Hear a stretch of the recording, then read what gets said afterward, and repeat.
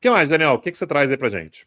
Tanguy, eu queria falar um pouco sobre turismo nos Estados Unidos. Aliás, a gente já esperava que haveria uma queda importante na entrada de turistas nos Estados Unidos. Pois bem, segundo o Departamento de Comércio dos Estados Unidos, e dados coletados em março de 2025, apontam queda no número de visitantes, 15% no caso dos britânicos, 28% no caso dos alemães, 15% no caso dos sul-coreanos.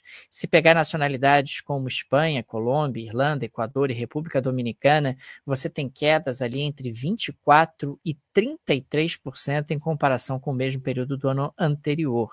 Aliás, no ano passado, em 2024, o setor de turismo foi responsável por 2,6 trilhões de dólares da economia americana, criando ali 20 milhões de empregos.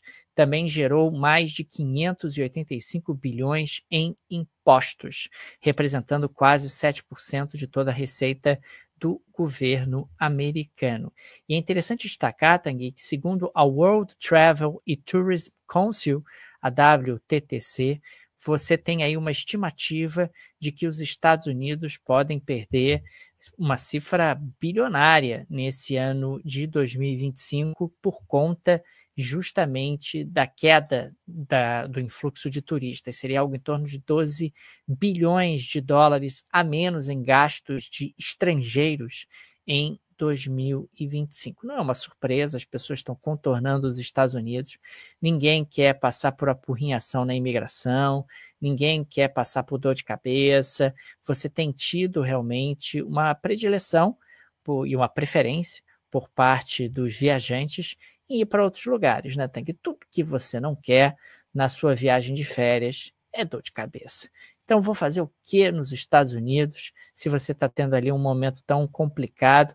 Você mesmo, né, trouxe esse relato, você esteve nos Estados Unidos agora já nesse segundo mandato do governo Trump e havia ali um clima de tensão e isso vai ser impactante para a economia americana. Os Estados Unidos são um dos países que mais recebem turistas no mundo, costumam ficar ali em torno de terceiro, quarto lugar, atrás de países como França e Espanha, mas é um setor importante para a economia americana e vai ser impactado aí de forma relevante por conta dessa hostilidade e dessa maneira que o Trump tem lidado com questões muito sensíveis, particularmente o fluxo de pessoas para dentro dos Estados Unidos.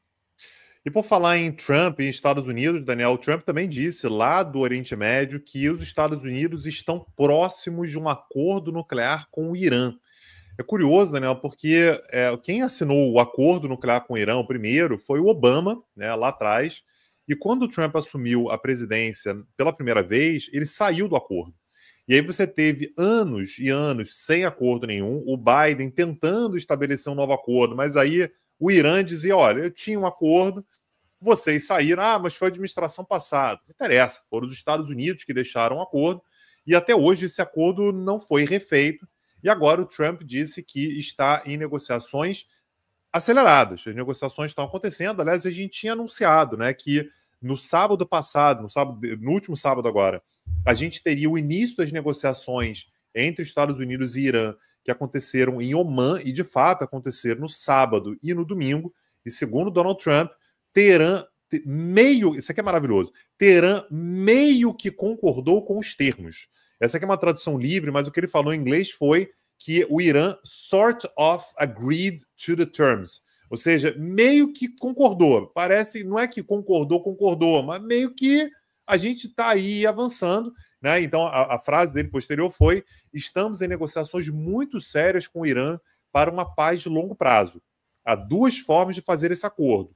Uma forma muito, muito calma e uma forma violenta. Mas não quero pegar o caminho da segunda forma. Então, Daniel, aquela velha forma do Trump de negociar, dizer que as coisas estão avançando, que eu posso me tornar muito agressivo, você quer ser, de fato, meu aliado, porque me ter como inimigo não é uma boa ideia. Um conselheiro do Ali Khamenei, Daniel, que é o líder supremo da Revolução Iraniana, é um cara chamado Ali Shamkhani, ele disse que o Irã, inclusive, está disposto a aceitar um acordo com os Estados Unidos em troca do levantamento de sanções econômicas.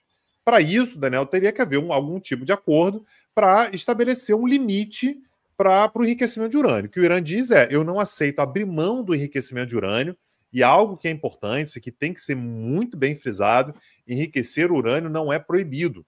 O que é proibido é enriquecer urânio numa taxa que te permita fazer bombas nucleares, que são taxas muito elevadas. O que o Irã diz é: enriquecer urânio é um direito meu, eu quero poder fazer.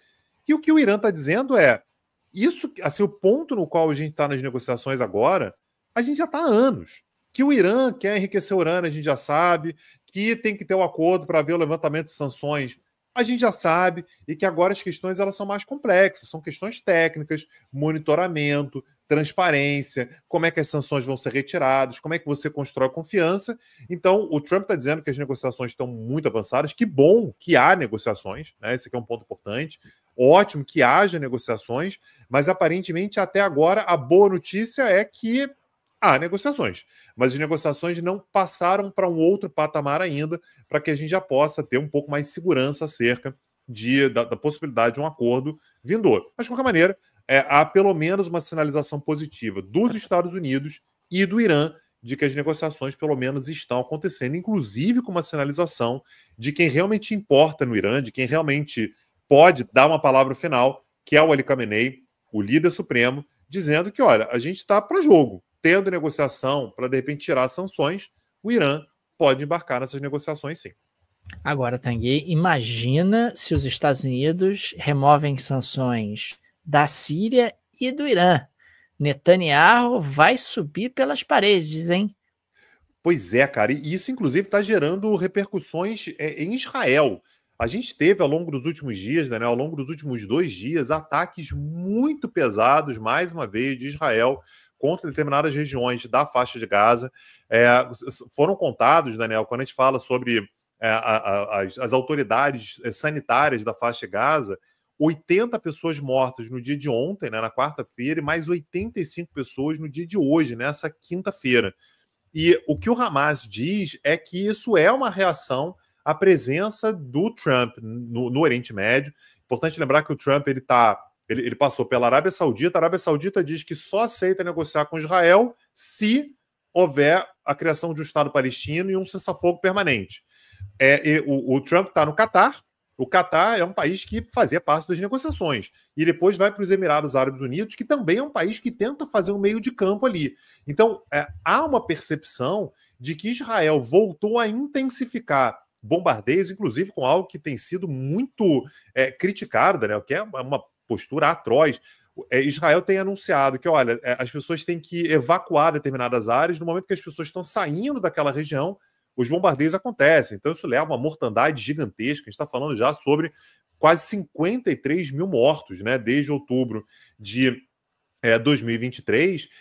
E aparentemente isso vem sendo interpretado no Oriente Médio como um recado para o Trump, que olha, a gente, beleza, você está aí passeando aí no Golfo, falando com Síria, falando com Irã, mas é importante lembrar que tem que falar com a gente também. Não adianta querer, porque o medo de Israel é, de repente, os Estados Unidos se comprometerem com algum tipo de solução de pacificação e tal, que mantenha o Hamas vivo, que não permita que Israel avance com a sua postura diante do Hamas, e isso, portanto, deixar Israel numa situação difícil e ainda mais isolado. Então, aquilo que o Trump está fazendo, as visitas que ele está fazendo, a sinalização à Síria, a sinalização ao Irã, as sinalizações que ele vem fazendo ali na região, não estão sendo bem vistas por Israel, e isso pode estar justificando, inclusive, esses bombardeios ainda mais agressivos que Israel vem fazendo ao longo dos últimos 2 dias.